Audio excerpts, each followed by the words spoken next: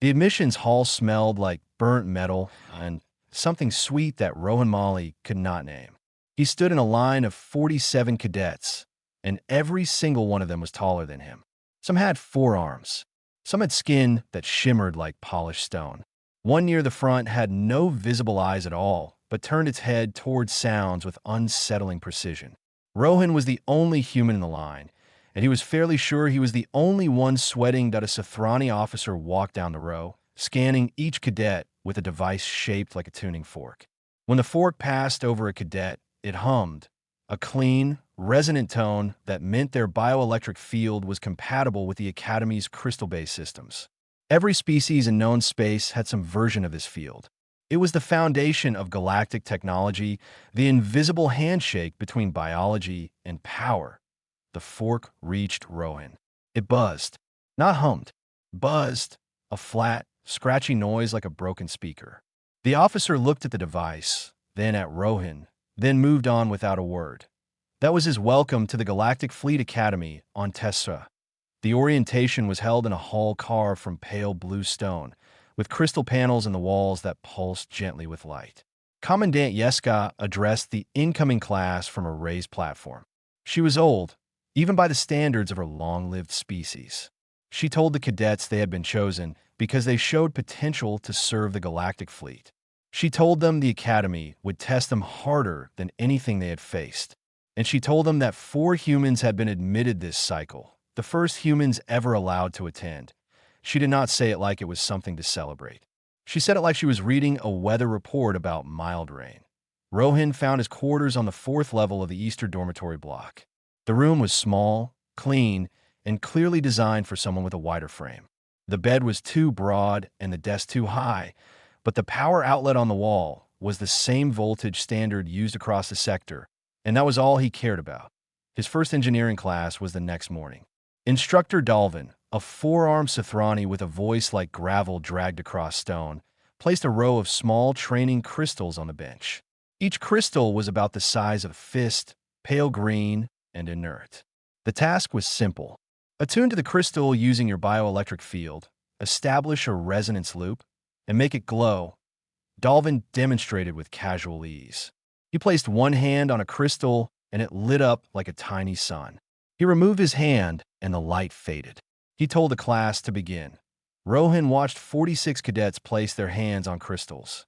Within minutes, soft green light filled the room like scattered lanterns. Some crystals glowed brighter than others. A few flickered, but they all responded. Rohan placed his hand on his crystal. Nothing happened. He adjusted his grip. He pressed harder.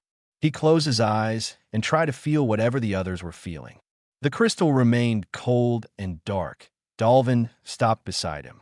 The instructor looked down with all 4 arms crossed and said that human bioelectric output operated on a frequency fundamentally incompatible with crystal resonance technology. He said it was not an insult. It was physics. He suggested Rohan consider transferring to a support division, logistics, translation, supply management. Rohan said no. Dalvin stared at him for a long moment, then moved on. That evening, the other 3 human cadets found Rohan in the common area. They had experienced the same thing. Dead crystals, flat buzzes, polite suggestions to transfer. 2 were already filling out reassignment forms. The 3rd said she would try one more week. They asked Rohan what his plan was that he told them he did not have one yet. But he was not leaving. Back in his quarters, Rohan could not sleep. He kept thinking about the crystal on the bench, dark and silent under his hand while the room glowed around him. Dalvin's words circled in his head. Incompatible frequency. Wrong wavelength. Not an insult. Physics. He got out of bed and pulled open the maintenance panel on the wall. Behind it was a standard Academy lamp unit powered by a small crystal cell. He disconnected it and set it on his desk. Then he opened his bag and pulled out a coil of copper wire, a handful of resistors he had packed from home, and a multimeter that had belonged to his father. He stripped the lamp down to its base components. He bypassed the crystal cell entirely and wired a crude battery from 2 different metals and an electrolyte solution mixed from cleaning supplies onto the sink.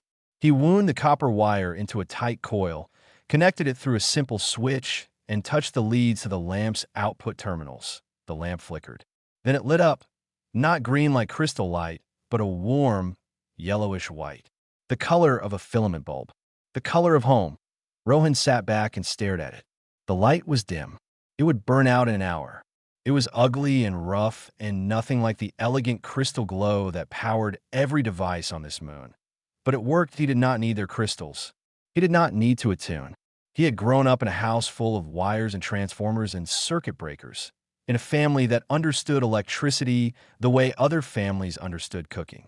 He knew how to make energy moved. He just needed to make this world understand his language. 3 weeks into the semester, Rohan had taken apart every piece of equipment in his quarters at least once.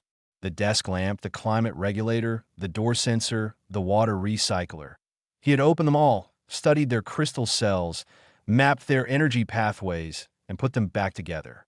He kept a notebook full of drawings and measurements that grew thicker by the day. He was looking for patterns, and he was finding them. Crystal technology, for all its elegance, followed rules. Energy flowed in. Energy flowed out. There were input thresholds and output limits. There were resistance points and conductance channels. The aliens wrapped it all in biological ritual, attunement, resonance harmonic alignment, but underneath the ritual, the physics was familiar. A crystal cell was not so different from a capacitor. A resonance loop was not so different from transformer coil. The language was alien. The math was not. Rohan started building that he scavenged copper wire from a maintenance closet. He pulled sensor chips from a recycling bin behind the engineering lab. He wound coils by hand in his quarters late at night, using a pen as a spindle and his fingers as guides. Piece by piece, he assembled a device that looked like nothing the Academy had ever seen. A flat board covered in wire loops, resistors, and a single repurposed sensor chip wired into a crystal cradle. He called it an interface because that was what it was. A translator between his world and theirs. The idea was simple. He could not attune to a crystal biologically. His body produced the wrong frequency. But if he could build a device that converted raw electrical current into the specific frequency a crystal needed, he could force a connection mechanically. No attunement required. Just physics. He tested it alone in his quarters first. He placed a low-grade training crystal in the cradle, connected his crude battery, and flipped the switch. The crystal flickered, a weak, unsteady pulse of green light, like a candle in wind. It lasted 4 seconds before the wire overheated, and he had to disconnect. 0.4 seconds. It was enough to prove the concept. He spent another week refining it. Better insulation, cleaner coil windings, a voltage regulator cobbled together from spare parts. By the time he brought it to class, the crystal held a steady glow for nearly 2 minutes. Instructor Dalvin noticed immediately. The Sathrani stopped mid-lecture and walked over to Rohan's bench, all 4 arms hanging still at his sides. He looked at the glowing crystal, then at the mess of wires and components beneath it. He asked what it was. Rohan explained. He said it was an electromagnetic interface that converted standard current into crystal-compatible frequency output. He said it bypassed biological attunement entirely. Dalvin picked up a device and turned it over in his upper hands. He examined the wiring, the coil, the crude solder joints. Then he set it down and told Rohan that what he had built was a brute force workaround with no finesse, no stability, and no practical application beyond lighting up a training crystal. He said that engineering was not about tricks. It was about mastery. He moved on. The class was quiet. A few cadets smirked. One whispered something Rohan did not catch, but understood from the tone. But across the room, a Pelori cadet named Nira was not smirking. She was staring at the device with her head tilted slightly, the way her species did when something genuinely surprised them. Nira was small and sharp-featured, with silver-tinted skin and quick dark eyes. She was one of the top students in crystal theory and had never spoken a single word to Rohan before. She found him in the workshop after class. She walked up to his bench, sat down across from him without asking, and said she wanted to understand how the device worked. Not the theory, the actual physical construction. How did he know what frequency to target? How did the coil generate a compatible waveform? How did he measure the crystal's input threshold without attunement? Rohan answered every question. He showed her the notebook. He walked her through the circuit diagram.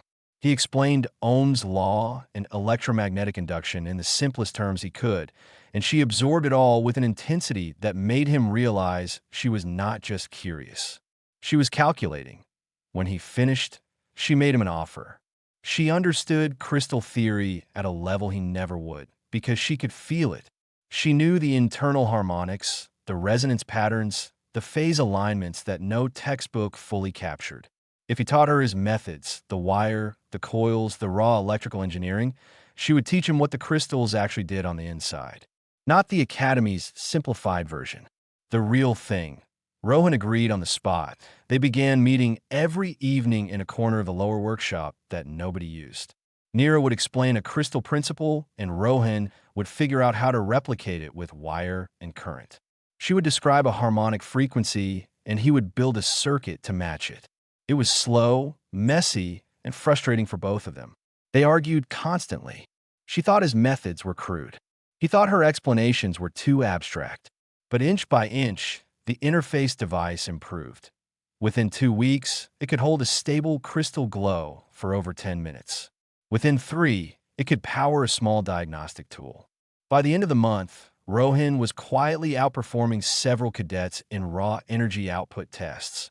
Not through attunement, but through a device strapped to his wrist like a clumsy bracelet, humming with copper and current. Nobody was laughing anymore. But nobody was clapping either. They were watching. And Rohan could feel the weight of their attention like a hand pressing against his chest, waiting to see if he would crack. Neera warned him first. She came into the lower workshop one evening with her silver skin slightly darker than usual, which Rohan had learned meant stress. She told him that a group of senior Sothrani cadets had been asking about his device. Not asking with curiosity, asking with intent. Their leader was a 4th year named Brolon, tall even by Sothrani standards, with a reputation for perfect attunement scores and a deep belief that the Academy's crystal-based traditions were sacred. To him, what Rohan was doing was not innovation. It was an insult. A primitive species forcing its way into a system it had no biological right to access. Rohan said he was not forcing anything. He was building a bridge. Neera told him that Brolon did not care about bridges. The confrontation came 2 days later in the main engineering hall, in front of the entire 2nd-year class and half the 3rd years who had shown up to watch. Brolon walked up to Rohan's bench with 3 of his classmates behind him and placed both upper hands flat on the table. He spoke calmly and clearly, so everyone could hear it. He said that Rohan's device was a cheat, that drawing energy from crystals without attunement violated the foundational principles of galactic engineering, that any species too primitive to interface naturally with crystal technology had no business pretending to be engineers. And then he issued a challenge, a live engineering trial.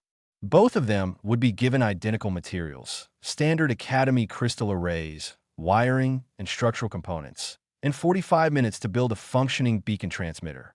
The beacons would be tested for signal strength, clarity, and range. If Rohan's beacon outperformed or even matched Brolon's, the matter was settled. If it did not, Rohan would admit publicly that his methods were inferior and request a transfer to the support division. The hall was silent. Every eye was on Rohan. He should have said no. He knew that. His interface device was good, but it was not refined. It worked beautifully for small-scale applications, powering diagnostic tools, lighting crystals, running simple sensors. But a beacon transmitter was a different order of complexity. It required sustained high-energy output, precise frequency modulation, and stable crystal arrays working in coordination. Rohan had never attempted anything at that scale, but every cadet in the room was watching. And if he backed down now, every word Brolon had said would become the Academy's permanent verdict on humanity that he accepted.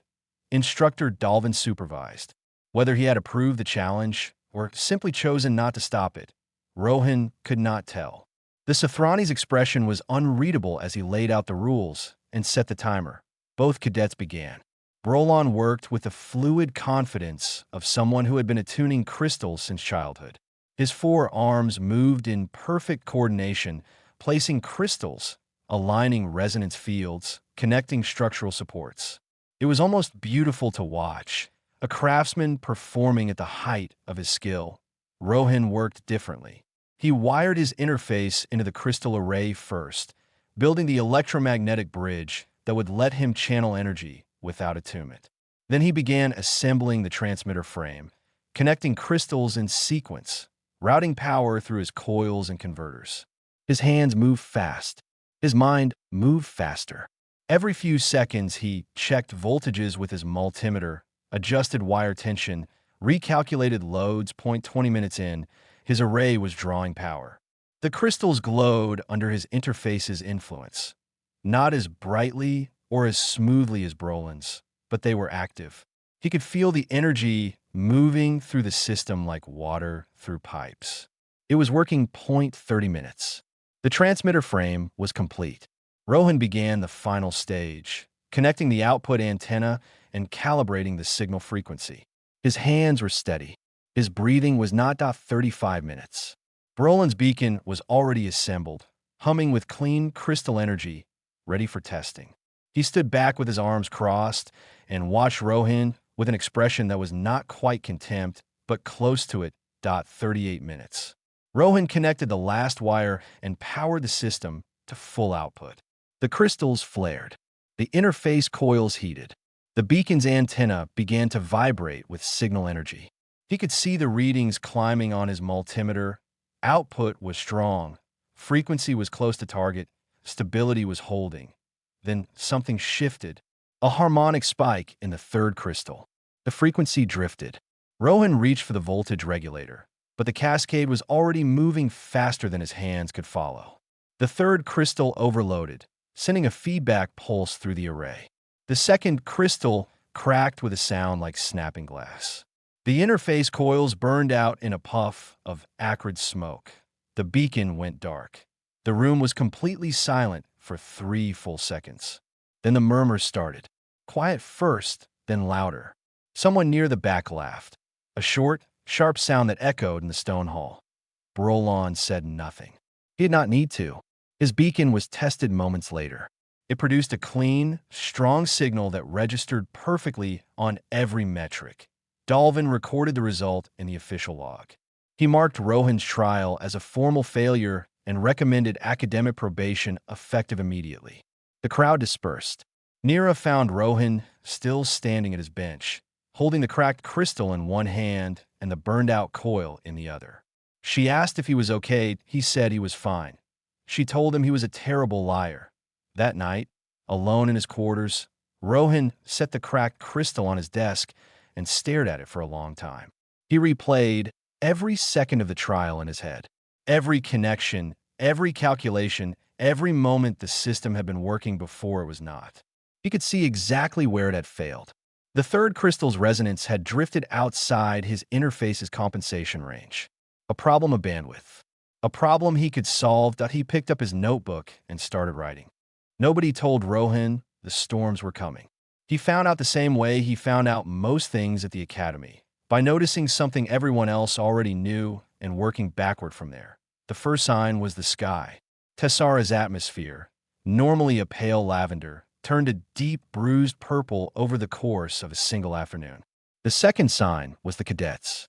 They moved faster through the corridors, spoke in quieter voices, and packed their personal equipment into reinforced storage cases. The third sign was the formal announcement from Commandant Yeska, broadcast through every speaker in the academy. Storm season had arrived early. All outdoor training was suspended. All cadets were to remain inside the main complex until further notice.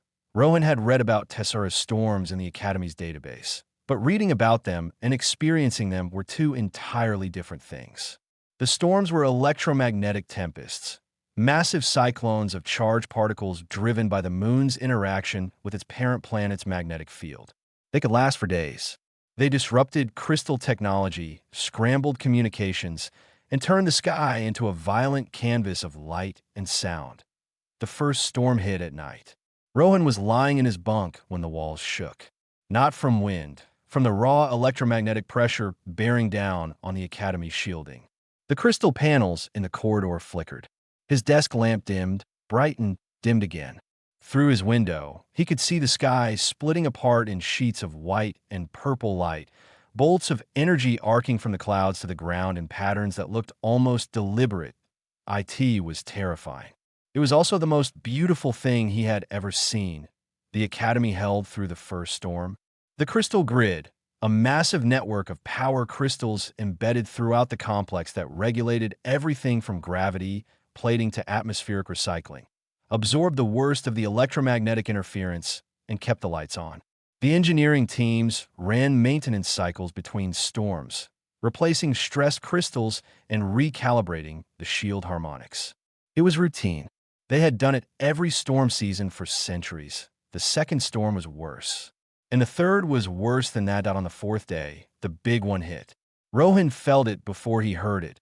A pressure in his chest, like the air itself, had become heavier. Then the sky turned white. Not lightning white, just white.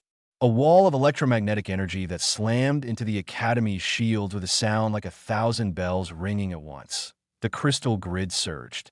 Every panel in the corridor flared to maximum brightness for exactly half a second. Then they went dark, all of them, at once. Emergency lighting kicked in, dim red strips along the floor that ran on isolated backup cells. But the main grid was gone. Rohan could feel the absence of it, a silence where there had always been a low hum he had never consciously noticed until it stopped. The Academy erupted into controlled chaos. Engineering teams scrambled to assess the damage. Status reports came in fragments through short-range communicators that still worked inside the complex. The crystal grid had been hit by a surge that exceeded its maximum absorption capacity. Several key relay crystals, the ones that distributed power to the perimeter defense network and long-range communications, had fused under the overload. They were not cracked. They were melted. Replacing them would take days, and the replacement crystals were stored in a supply depot outside the complex that no one could reach during the storm. Without the perimeter defense network, the Academy's shields were operating on residual charge only. Without long-range communications, it could not contact the fleet. Commandant Yeska ordered strict energy rationing and directed the engineering staff to attempt a distress signal through the emergency backup transmitter. The backup was designed for exactly this scenario, a low-power crystal beacon that could send a basic pulse to the nearest fleet relay station. It failed. The storm's electromagnetic interference was too dense. The backup transmitter's signal could not punch through. They tried boosting it by routing power from other systems. It still was not enough. The signal was simply too weak to reach anything outside Tessara's atmosphere.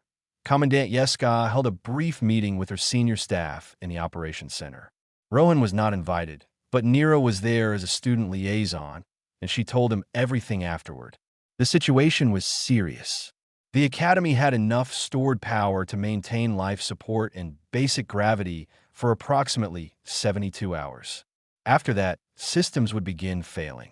If the storm continued for longer than 3 days, which forecasts suggested it would, they would be in genuine danger. The senior engineers discussed options. Repair the fused relays with whatever materials were available inside the complex. Attempt to boost the backup transmitter's output by cannibalizing non-essential crystal systems. Send a physical messenger drone through the storm, though the chances of it surviving the electromagnetic interference were almost zeroed. Every option depended on crystal technology. Every option was limited by the same fundamental problem. The storm was producing more electromagnetic energy than the crystals could handle. Rohan stood at his quarters window that night and watched the storm rage across the sky. Lightning crawled across the clouds in branching rivers of white fire. The air crackled with energy so dense he could feel it tingling on his skin through the walls. And something clicked in his mind that he was not looking at a disaster. He was looking at a power source, the biggest, most violent, most abundant power source he had ever seen. The sky was filled with electricity, raw, untamed, and free. More energy than the Academy's crystal grid could handle in a year, falling from the clouds every second. The crystals could not use it. They were not built for it. But he grabbed his notebook and started sketching. His hands were shaking, and he did not think it was from fear. Commandant Yeska looked at the sketches spread across her desk and then looked at the human standing on the other side of it. She had the expression of someone who was being asked to believe something unreasonable and was trying very hard to find a reason not to. Rohan talked fast. He knew he had a narrow window before she dismissed him, so he laid out the entire plan in one continuous stream. He wanted to build a beacon transmitter on the Academy's roof. Not a crystal beacon, an electromagnetic one. It would use no crystal technology at all. Instead, it would capture lightning from the storm, store the energy in a capacitor bank, and channel it into a focused radio frequency pulse strong enough to cut through the interference and reach a fleet relay station. Yeska asked how he intended to capture lightning. Rohan said he would build a conductive antenna array, metal rods connected to grounding cables and wired into capacitor banks made from repurposed equipment. When lightning struck the array, the energy would flow through the grounding system into the capacitors, where it would be stored and regulated. Then, on his signal, the stored energy would discharge through a transmitter coil tuned to a standard fleet distress frequency. Yeska asked what made him think this would work. Rohan told her that humans have been capturing lightning for centuries. Benjamin Franklin had done it with a kite and a key. The principles were the same. The scale was bigger. The stakes were higher. But the physics did not care about stakes. Yeska was quiet for a long time. She asked how long it would take. Rohan said 6 hours. Maybe 8, depending on materials. She asked what happened if it failed. He said they would be exactly where they were now. No worse. Just one failed idea richer. The commandant looked at the sketches one more time. Then she gave him limited clearance to access the roof, a material requisition for non-essential equipment, and a warning. She said if he damaged the Academy's structural integrity in any way, his academic career would be the least of his problems. Rohan grabbed the sketches and left before she could change her mind. Neera was waiting outside. She told him his plan was insane. Then she asked what she could carry. They started in the maintenance level, pulling copper conduit from walls and stripping wire from unused junction boxes. Rohan built the capacitor bank first, a series of repurposed power cells wired in parallel, designed to absorb a massive energy spike and release it in a controlled burst. It was crude, ugly, and held together with cable ties and solder. It was also mathematically sound. Word spread. A few cadets appeared, watching them haul equipment toward the roof access hatch. 2 first-year engineering students asked if they could help. Rohan handed them wire cutters and put them to work. The roof access hatch opened into the storm, and the storm was everything Rohan had imagined and worse. Wind hit him like a wall. Rain was not rain. It was charged mist that stung his skin and made his hair stand on end. Visibility was maybe 30 meters.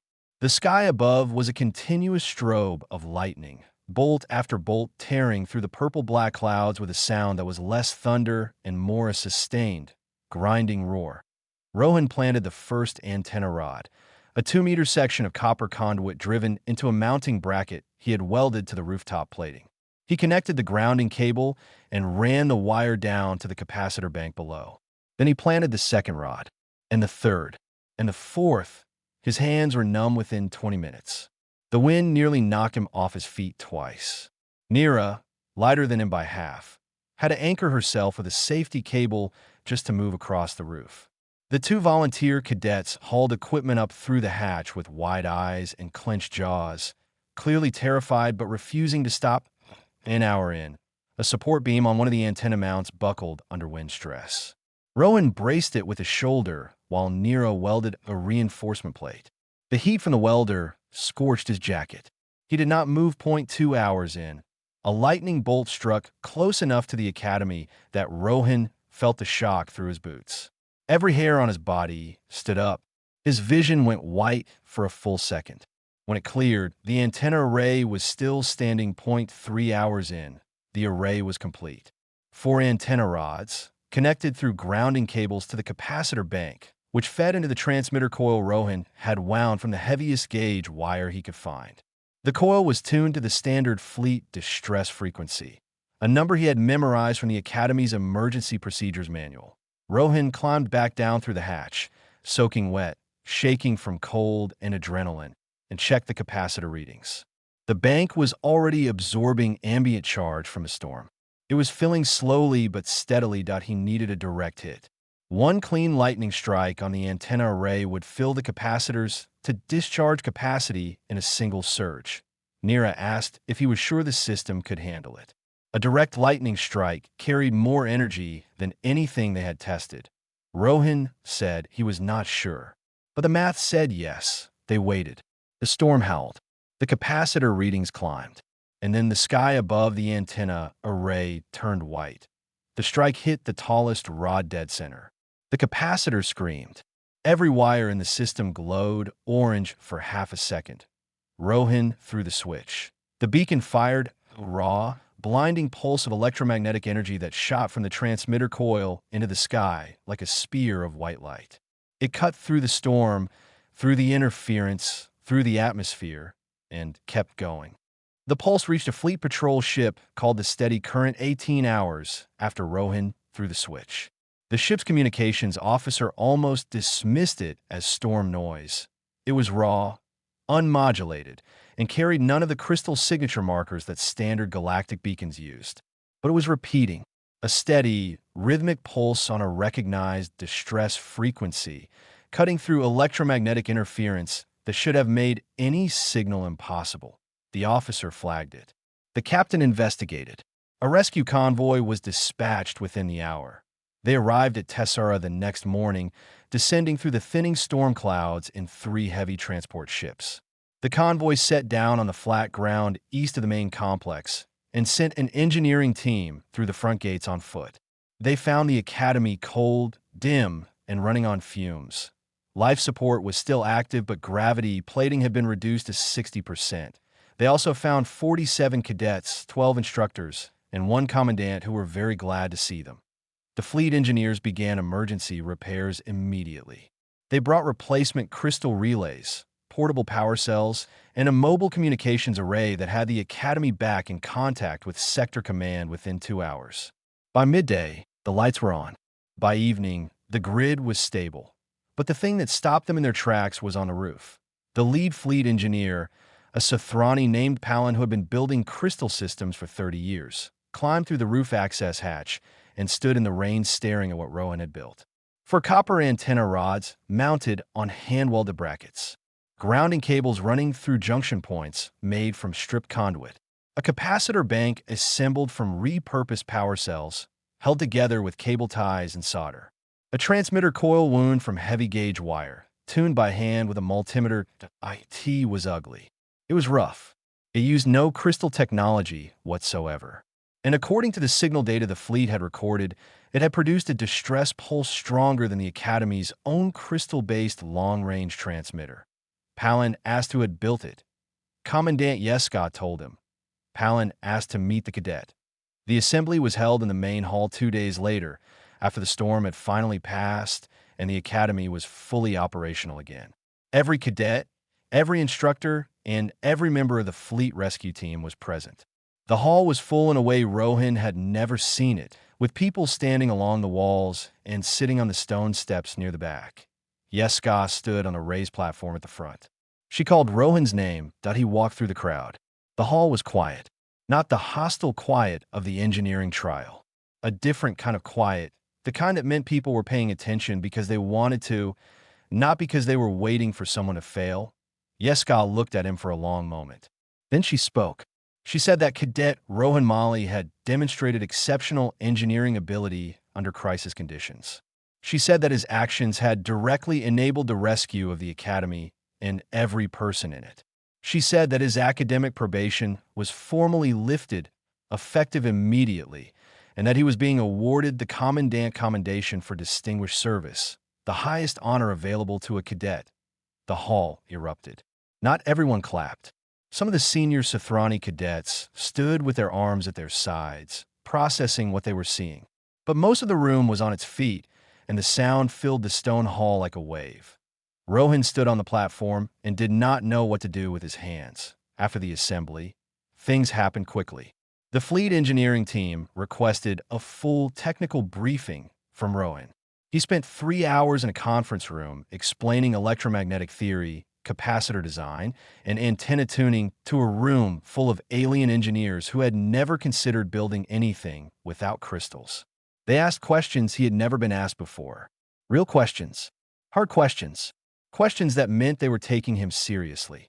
Palin told him afterward that the fleet's engineering division would be circulating his beacon schematics as a case study. A crystal-free distress system had never been documented in galactic records.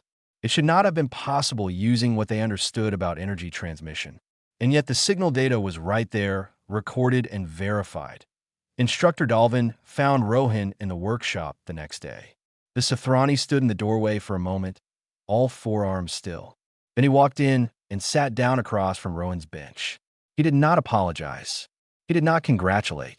He asked, in a quiet and careful voice, if Rohan could provide a copy of the antenna array schematic for his personal review. Rohan gave him the notebook. Neera found him last, sitting on the steps outside the dormitory in the first clear evening Tessera had seen in 2 weeks. The sky was pale lavender again, calm and quiet. She sat down next to him and said nothing for a while. Then she told him he was still terrible at crystal theory. He told her she was still terrible at winding coils. She smiled. He almost did. Somewhere in the galactic engineering community, reports were already circulating about a human cadet on Tessera who had built a distress beacon from copper wire and lightning. The reports were technical and carefully worded. But between the lines, a question was forming.